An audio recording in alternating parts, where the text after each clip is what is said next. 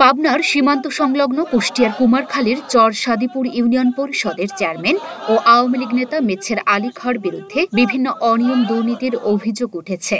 দুর্নীতিবাজ ও সন্ত্রাসী আখ্যা দিয়ে তাকে দ্রুত অপসারণের দাবিতে মানববন্ধন করেছেন এলাকাবাসী। অপসারণ না করা হলে বৃহত্তর আন্দোলনের হুঁশিয়ারি দেন তারা।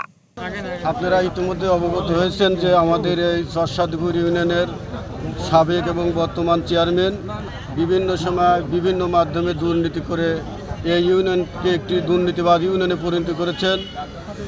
এরা ক্ষমতার দাপটে বিভিন্ন সময় এই ইউনিয়নে ইয়াবা, ফেন্সিডেল, গাঁজা এই ইউনিয়নের চেয়ারম্যানের ছেলেদের দিয়ে তাদের সাঙ্গপাঙ্গ দিয়ে এই গাঁজা ইয়াবার ব্যবসা করে আমাদের এই ইউনিয়নটি একটি মানে দুর্নীতিবাদ ইউনিয়নে পরিণত করেছেন। এবং বর্তমান যে মেছের আলী খান সভাপতি চেয়ারম্যান আছে, তিনি বর্তমানে এই চর সাদিপুর ইউনিয়নের যারা গরিব দুঃখী মানুষ তাদেরকে যা কাজ পাওয়ার কথা ছিল, কিন্তু তাদের না দিয়ে টাকার বিনিময়ে তার আত্মীয় স্বজন দলীয় লোকজনের এক এক বাড়ির মধ্যে 6 থেকে 7টা করে কার্ড দিয়েছে।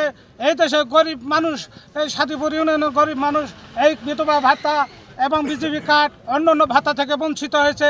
আজকে তার বিরুদ্ধে আমরা চর সাদিপুর মানুষ একত্রিত হয়ে তার অবসারণ দাবি করছি। শনিবার বিকেলে ইউনিয়ন পরিষদের সামনে এই মানববন্ধন অনুষ্ঠিত হয়। মাঠের অলরাউন্ডার আমি আর ঘরের allrounder Tylox. Tylox toilet cleaner, clean মানেই টাইলক্স। এতে বিএনপি ও জামায়াত সহ এলাকার সর্বস্তরের শত শত মানুষ অংশগ্রহণ করে।